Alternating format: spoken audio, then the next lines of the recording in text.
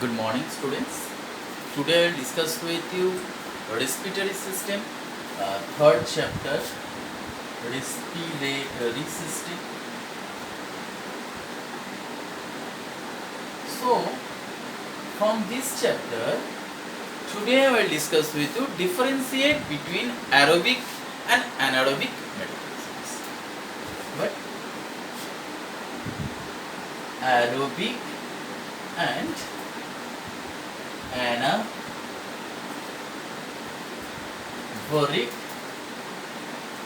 metabolisms. So look, students, what are the differentiate between aerobic and anaerobic or anaerobic metabolisms? So look, first of all, we'll know aerobic metabolisms means the body can convert nutrients into energy with oxygen, and its waste products are carbon dioxide and water. Understood, dear students?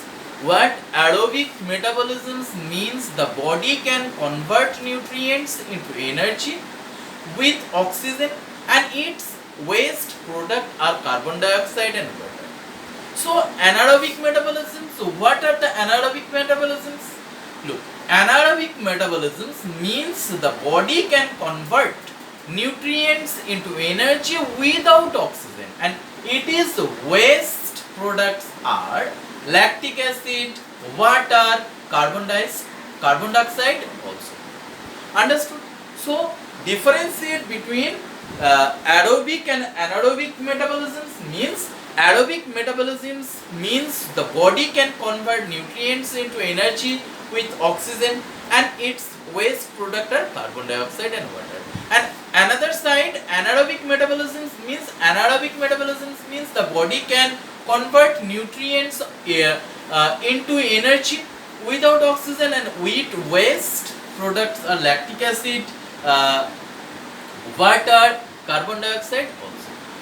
Another important point and another difference between aerobic and anaerobic metabolisms means aerobic metabolisms occur in the endurance activities, but aerobic metabolisms occur in the endurance activities, and anaerobic metabolisms occur in the speed activity. Understood? So now I will discuss with you capillaries. What? This one. Question number 2. 1, 2. Capillaries.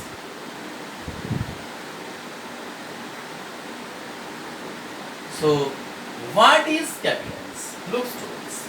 Capillaries are the smallest and thinnest vessels. What?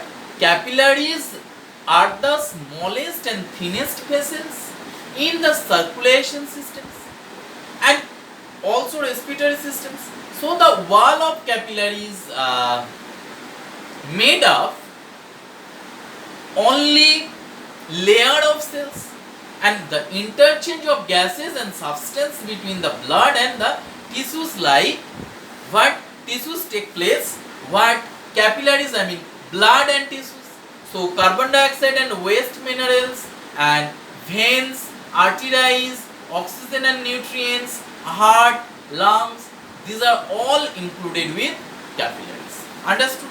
So now look, another important question, what write the immediate effects of exercise on the cardiovascular system. তাহলে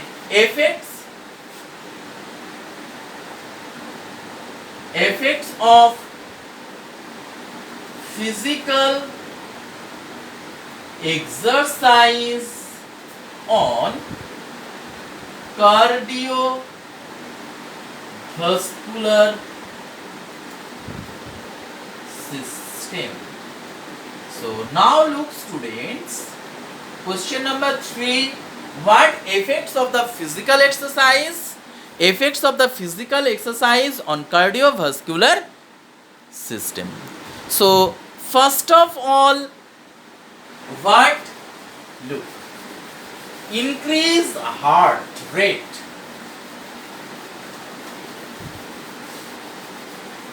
What? Increase heart rate. Increase in heart rate.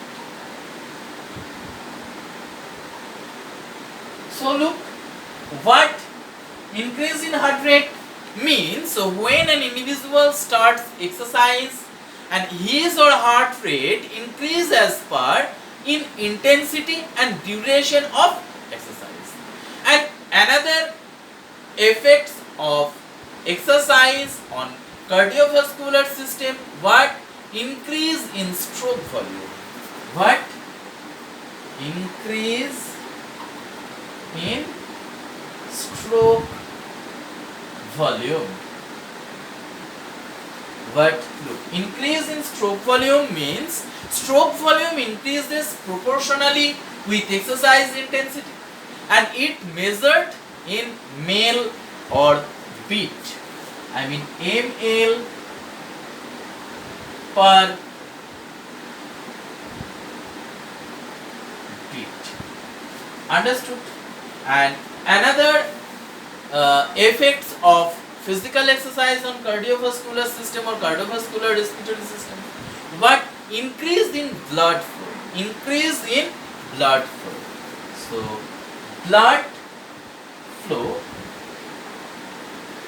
flow, look students, actually blood flow, cardiovascular can be distribute more blood to those tissues, oxygen, those tissues which have more demand and less blood, and those tissues can have less demand for oxygen, and the blood is moved away from the main organs such as the liver, intestine and kidney. In fact, it is reducted to the skin to enhance heat loss.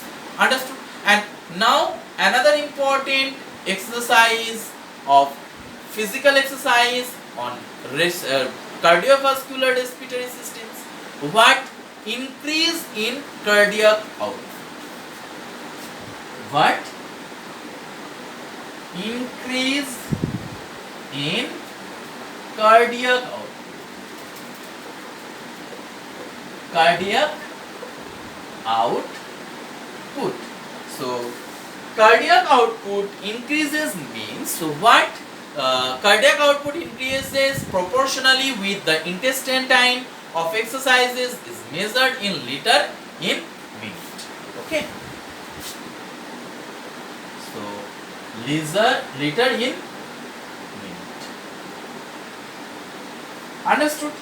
So another important thing, increase in blood pressure, I mean during the exercise, systolic blood pressure can increase to while diastolic blood pressure usually remains unchanged even during the intensive exercise.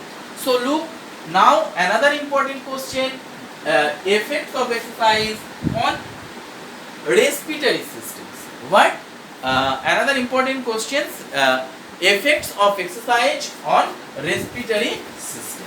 So first of all, what are the points? Look students, first of all, what I am saying, effects of exercise on respiratory systems means the effect of exercise on respiratory systems means is closely linked with the effect of exercise on circulatory and muscular system, and this means that the effect produced on respiratory system by training are improved lungs capacity and gas system. So improved, first of all, improved tidal volume and vital capacity of lungs, and second one, improved aerobic and anaerobic capacity.